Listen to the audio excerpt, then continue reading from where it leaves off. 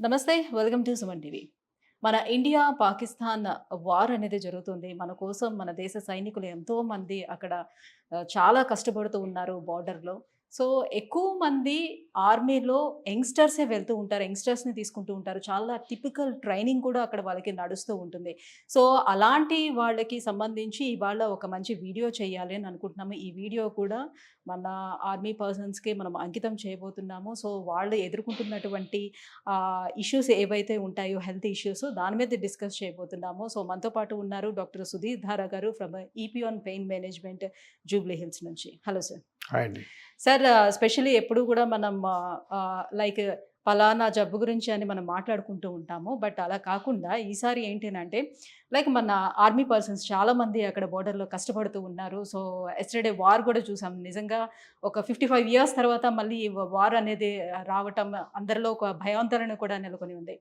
అయితే మాకొచ్చినటువంటి డౌట్ ఏంటంటే సో, మన ఆర్మీ పర్సన్స్ చాలా కష్టపడుతూ ఉంటారు. వాళ్ళు ట్రైనింగ్ కూడా చాలా టఫ్‌గా ఉంటుంది. సో, కేజీలు గేర్లు వేసుకొని వాళ్ళు అంత ట్రైనింగ్ తీసుకుంటూ ఉంటారు. అండ్ చాలా రోజులు ఫుడ్ కూడా లేకుండా ఉండాల్సి ఉంటుంది. సో, వాళ్ళకంత న్యూట్రిషన్ కూడా ఎట్లా అందుతుంది?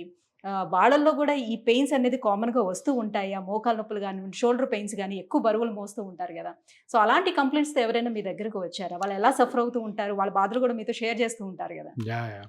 అదే అండి. ఇప్పుడు అంటే ఈ వార్ సిట్యుయేషన్ మనం చూడగానే ఒక భయానకమైనటువంటి పరిస్థితి. ఆహ్, తొందరగానే ఇది సమస్య పోవాలని మనం అనుకుందాం. కానీ ఒక ముఖ్యమైన విషయం ఏంటంటే ఈరోజు మనం ఇంత హ్యాపీగా మన లైఫ్స్, మీరు జర్నలిస్ట్‌గా, నేను డాక్టర్‌గా మన మన ప్రదేశాల్లో మన లైఫ్ లీడ్ చేస్తున్నాం అంటే ముఖ్యమైన కారణం మన సోల్జర్స్. మన సోల్జర్స్ బోర్డర్‌లో యెస్. పటిష్టంగా లేకుండా వీక్‌గా ఉన్నట్టయితే మనం ఇంత హ్యాపీగా ఉండేవాళ్ళం కాదు. కానీ మీరు అడిగింది చాలా మంచి క్వెషన్. ఎందుకంటే ఇప్పుడు వార్ ఉన్నా, వార్ లేకపోయినా సోల్జర్స్ మటుకు రోజు వార్ లాగే ఉంటారు యెస్. బోర్డర్‌లో. అవును. ఎందుకంటే ఎప్పుడు ఏమొస్తదో తెలీదు.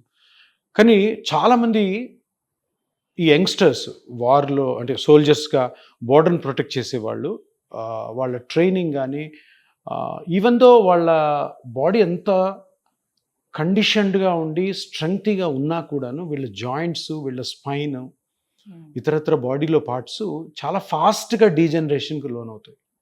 అంటే అరుగుదలకు లోనవుతాయి. ఎందుకంటే వాళ్ళు ఒకసారి అలాగ బోర్డర్‌లోకి వెళ్ళారంటే 5, 6 రోజులు వాళ్ళ దగ్గర ఉన్న వాళ్ళ గేర్‌లో ఉన్నటువంటి చాక్లెట్లు, వాటర్ బాటిల్స్‌తోనే గడిపేయాల్సి వస్తది. ప్రాపర్ ఫుడ్ ఉండదు. కంటిన్యూస్‌గా నిలబడి ఉండడము, మంచు లోపల ఉండడం, అంటే విపరీతమైనటువంటి అట్మాస్ఫియర్‌లో వాతావరణంలో ఉండడంతోటి వీళ్ళలో 30, 35 నుంచే కొంతమందికి అందరికి కాదు, ఈ డీజనరేషన్ స్టార్ట్ అవుద్ది, అరుగుదల. చాలామంది పేషెంట్స్ వస్తారు. మన వాళ్ళే, తెలుగు వాళ్ళు. ఒంగోలు నుంచి ఉండొచ్చు, శ్రీకాకుళం నుంచి ఉండొచ్చు, వరంగల్ నుంచి, కరీంనగర్ నుంచి ఉండొచ్చు. వీళ్ళందరూ బోర్డర్‌లో వర్క్ చేస్తారు. నేను ముఖ్యంగా చూసిందంటే ఒక 4, 5 సోల్జర్స్ సియాచెన్ అనే ప్లేస్ ఉంది. సియాచెన్‌లో -27 డిగ్రీస్ ఏమో ఉంటుంది. అక్కడ అక్కడ అక్కడ వాళ్ళు నిలబడి ఉండాలంతే. అటు చైనా నుంచి వచ్చే సోల్జర్స్ని ఆపడం కోసం, పాకిస్తాన్ నుంచి వచ్చే సోల్జర్స్ని ఆపడం కోసం నిలబడే ఉండాలి. ఆ మంచులో ఉండాలి. వాళ్ళ దగ్గర ఉన్నవే తినాలి. సో వీళ్ళు ఎప్పుడు ఏమవుతుందో తెలియదు. -27 డిగ్రీస్ ఎంత ఉంటుంది అక్కడ. అంటే అక్కడ వాళ్ళు ఉండేటప్పుడు ఎముకలు కూడా ఎక్కడైనా కొంచెం పడినా కూడా విరిగిపోతాయి కదా సార్. అంటే బ్రిటిల్‌గా ఉండే ఛాన్స్ ఉంది. కానీ దానికంటే ముఖ్యం ఏంటంటే మజిల్ స్టిఫ్‌నెస్ వస్తుంది. మజిల్ స్టిఫ్‌నెస్ వచ్చి అలా నిలబడడం వల్ల జాయింట్స్ అరిగిపోతాయి. నా దగ్గర 5 మెంబర్స్ వచ్చారు. సియాచిన్ దగ్గర ఉన్న వాళ్ళే. నీ జాయింట్ అరిగిపోయి. వాళ్ళ ఏజ్ ఎంత? 38, 39. వీళ్ళు ఏం చేస్తారంటే ఈ డీజనరేషన్ అవ్వడం మూలాన తొందర రిటైర్ అయిపోతారు. 40, 45కే సోల్జర్స్ రిటైర్ అయిపోయి వేరే జాబ్స్ చూసుకుంటారు ఇంటికొచ్చి. సో ఈ ఎవరైతే ఈ 4, 5 సియాచెన్‌లో ఉన్నవాళ్ళు మోకాళ్ళు అరిగి మన దగ్గరికి వచ్చారో వాళ్ళందరికీ కూడా పీఆర్పీ చేసాం. ఎందుకంటే వాళ్ళకి సర్జరీ సూట్ కాదు, వేరే ట్రీట్మెంట్స్ కూడా చిన్న వయసు కదా. సో పీఆర్పీతో ఎక్సలెంట్గా ఉన్నారు, వాళ్ళు కంటిన్యూ చేసుకుంటున్నారు. సో ఇటువంటి ఈ సియాచెనే కాదు, ఇప్పుడు అస్సాం రైఫిల్స్ అనే ఒక ఏరియాలోను, ఈవెన్ మన ఈస్ట్ సైడ్ కూడా బోర్డర్, పంజాబ్ బోర్డర్ ఏదైతే ఉందో అక్కడ నుంచి సోల్జర్స్ ఈ చిన్న వయసులోనే వాళ్ళు చేసే ఎక్స్ట్రీమ్ కండిషన్స్లోని ఎక్సర్సైజెస్కి, వాళ్ళు చేసే ఆ ప్రొటెక్షన్కి చాలామంది నీ జాయింట్ పెయిన్సే కాకుండా షోల్డర్ ఎందుకంటే కొన్ని కేజీలు వేసుకొని మోస్తుంటారు కదా, షోల్డర్ టైర్స్ అవుతూ ఉంటాయి. తర్వాత గన్స్ ఫైర్ చేస్తున్నప్పుడు, ఎక్సర్సైజ్ చేస్తున్నప్పుడు కూడా. సో వీళ్ళు ముఖ్యంగా సోల్జర్స్ ఎంతో ముఖ్యం మనకి. ఎందుకంటే మన ప్రాణాలకి వాళ్ళే కదా, మన సురక్షిత ఉన్నట్టు వాళ్ళే కారణం కాబట్టి వీళ్ళందరికీ కూడాను రియల్గా సెల్యూట్. అండ్ ఆల్సో వాళ్ళకి కూడాను ఇటువంటి ప్రాబ్లమ్స్ వస్తుంటాయి జాయింట్ పెయిన్స్, వాళ్ళకి one of the best solutions మనము పిఆర్పి అని చెప్పుకోవచ్చు. జనరల్లీ ఏమనుకుంటూ ఉంటామంటే ఆ ట్రైనింగ్‌లో వాళ్ళు చాలా ఫిట్‌గా తయారవుతారు అని అనుకుంటూ ఉంటాం కదా జనరల్లీ. సో, అంత యంగ్ ఏజ్‌లోని ట్రైనింగ్ తోటి వాళ్ళు చాలా ఫిట్‌గా ఉన్నట్టు కనిపిస్తుంటారు. ఫిట్‌గా తయారవుతారు అని అనుకుంటాం కదా! సో, ఆ ట్రైనింగ్ మూలంగా కూడా వీళ్ళకి అరుగుదల అనేది స్టార్ట్ ట్రైనింగ్ అయిపోతుందా? ఉన్నా కూడా బాడీ నేచర్ అనేది ఉంటుంది కదా.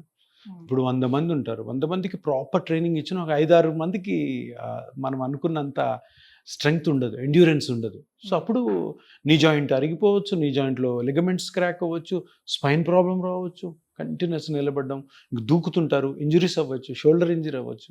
అందరిలో ఉండవు. అంటే ఒక 90% ఫిట్గా ఉంటారు. అవన్నీ జరిగినా కూడాను వాళ్ళకి దెబ్బలు తగలవు, ఇంజరీస్ ఉండవు. కానీ 5% to 10% వీళ్ళు ఇంజరీకి అవుతారు. అండ్ వాళ్ళు పాపం ఇంత మన దేశానికి కాపాడుతూ హెల్ప్ చేస్తున్న వాళ్ళకి అటువంటిది రావడం అన్నది ఒక డిఫెక్ట్. అంటే అదొక విధమైనటువంటి మనలో ఉన్న డిఫెక్ట్. సో వాళ్ళకి ఇప్పుడు మేజర్ సర్జరీస్కి వెళ్ళలేరు ఆ వయసులో. వెళ్తే అసలు నీకు ఆ జాబ్కి ఫిట్ కారు. సో వాళ్ళందరికీ కూడా regenerative therapy is one of the best solutions. Right. So ఈ రీజనరేటివ్ థెరపీ సో ఒక వరం లాగే మనం చెప్పుకోవచ్చు. సో ఇలాంటి వాళ్ళందరికీ కూడా మరి ఈ ప్రొసీజర్ ఎలా ఉంటుంది సార్? ఎలా చేస్తారు కొంచెం వివరిస్తారా? ఏం లేదు, ఇప్పుడు మనం సోల్జర్స్ గురించి మాట్లాడుకున్నట్టయితే ఎక్కువగా సోల్జర్స్ బాధపడేది knee joint, spine, to some extent shoulder కూడా. ఇవి ఎక్కువ వస్తూ ఉంటాయి. ఎందుకంటే వాళ్ళు చేసే వర్క్స్ని బట్టి. సో 100లో ఒక 5 to 10% ఉంటారు ఇంజురీస్ తోటి. వాళ్ళు ఏంటంటే ఇప్పుడు కొంతమంది నేను ఇంతకు ముందు అన్నట్టు తొందరగానే రిటైర్ అయిపోవాల్సి వస్తుంటుంది. అట్లా అవ్వాల్సిన అవసరం లేదు. సో వాళ్ళని కూడాను ప్రాపర్గా అల్ట్రాసౌండ్ ఎగ్జామినేషన్ చేసుకొని ఏ పార్ట్ అయితే డ్యామేజ్ అయిందో ఆ పార్ట్ని మనం ఫస్ట్ క్షుణ్ణంగా పరీక్ష చేయాలి. ఇప్పుడు మోకాల్లో ఒకవేళ కార్టిలేజ్ జరిగింది, లేదు ఏసిఎల్ లిగమెంట్ టైర్ ఉంది, లేదు మెనిస్కస్ ప్రాబ్లం ఉంది, కరెక్ట్గా ఐడెంటిఫై చేసి అది ఎంత మాత్రం డ్యామేజ్ అయిందో స్కాన్లో తెలుసుకొని దాన్ని మెజర్ చేసుకొని దానికి ఒక ప్రోటోకాల్ తయారు చేస్తాం. తయారు చేసిన తర్వాత ప్రొసీజర్ అంతా కూడా వాళ్ళ ఓన్ బ్లడ్తోనే అవుతుంది. బ్లడ్లో కొన్ని సెల్స్ ఉంటాయి, గ్రోత్ ఫ్యాక్టర్స్ అని. ఆ గ్రోత్ ఫ్యాక్టర్స్ని ప్రాపర్గా మనం ఎక్స్ట్రాక్ట్ చేసి చిన్న ఇంజెక్షన్తో ఆ పార్ట్లో ఏ పార్ట్ అయితే డ్యామేజ్ అయిందో అక్కడ రిలీజ్ చేయడం ద్వారా అది మళ్ళీ రీజనరేట్ అవుతుంది. సో దాంట్లో రీమోడలింగ్ జరుగుతుంది, మ్యాట్రిక్స్ రీఆర్గనైజేషన్ జరుగుతుంది, రీజనరేట్ అవుతుంది, రీగ్రోత్ జరుగుతుంది. సో జరగడం వల్ల అది స్లోగా నార్మల్సీకి వస్తుంది. నార్మల్సీకి వచ్చిన తర్వాత దాన్ని మళ్ళీ స్ట్రెంగ్తన్ చేసుకోవాలి. ఇప్పుడు ఒక పార్ట్ కట్ అయిందంటే ఎప్పుడు వీక్గానే ఉంటుంది, ఒక పార్ట్ డ్యామేజ్ ఉంది. అది హీల్ అయిన తర్వాత దాన్ని స్ట్రెంగ్తన్ చేసుకోవాలి. దానికి ఒక స్పెషల్ ఎక్సర్సైజెస్ ఉంటాయి.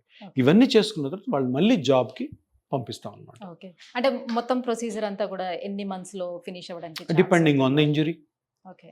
ఒక్కొక్కరికి చిన్న ఇంజరీ అవుతుంది, కొందరికి పెద్ద ఇంజరీస్ అవుతాయి. పెద్ద ఇంజరీలు ఉన్నందుకు ఒక 1 month, 1.5 month ఎక్కువ పట్టవచ్చు. జనరల్గా నార్మల్గా అయితే ఒక 1.5 monthలో ట్రీట్మెంట్ అయిపోతుంది. ట్రీట్మెంట్ అయినప్పుడు కూడా జాబ్ చేసుకోవచ్చు. బట్ వాళ్ళకి ఏం చెప్తామంటే కొంచెం సిట్టింగ్ జాబ్ ఇచ్చేటట్టు చూస్తాం, మరి ఫీల్డ్లో లేకుండా. ఇంజరీ అయింది కాబట్టి వాళ్ళకి సర్టిఫికేట్ కూడా ఇస్తాం మనం. సో దట్ వాళ్ళు ఎప్పుడైతే ఆర్మీ హాస్పిటల్లో చూపించుకున్నారో ఓకే ఈయన ట్రీట్మెంట్ వెళ్తున్నాడు కాబట్టి సిట్టింగ్ జాబ్ ఇచ్చి స్లోగా ఒక 1.5, 2 months అయిన తర్వాత ఫుల్ జాబ్ వాళ్ళు ఏదైతే ఫీల్డ్లోకి వెళ్తారో మౌంటైన్స్ మీద కానీ. అంటే రెగ్యులర్ మళ్ళీ అదే సేమ్ లైఫ్ ని మళ్ళీ లీడ్ చేస్తుండేటప్పుడు మళ్ళీ ఈ ప్రాబ్లం రావచ్చు. కానీ మనం చెప్పిన జాగ్రత్తలు పాటిస్తే ఛాన్సెస్ తక్కువ మళ్ళీ రావడం. ఏ ట్రీట్మెంట్ కూడా పర్మనెంట్గా ఉండదు. అందులో వాళ్ళు చేసే స్ట్రెన్యూస్ ఎక్సర్సైజ్, స్ట్రెన్యూస్ యాక్టివిటీకి మళ్ళీ డ్యామేజ్ అయ్యే అవకాశం ఉంటుంది. బట్ మనం అన్ని కేర్ఫుల్గా ఉంటే, కేర్ఫుల్ ఎక్సర్సైజ్ చేసుకుంటూ, న్యూట్రిషన్ బాగా తీసుకుంటూ, సో మనము ఏ అన్నెసరీ యాక్టివిటీస్ లేకుండా చూసుకుంటే అది ఎక్కువ కాలం ఉంటుంది. Thank you sir, thank you so much.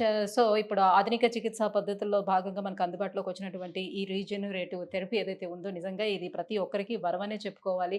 So ఎలాంటి సర్జరీస్ అనేది అవసరం లేకుండానే so as early as possible treatment తీసుకొని మళ్ళీ డైలీ లైఫ్లోని మనం లీడ్ చేయడానికి అవకాశం ఉండేటువంటి చికిత్స ఏదైతే ఉందో అది రీజనరేటివ్ థెరపీ అనమాట. So thank you so much once again. Thank you.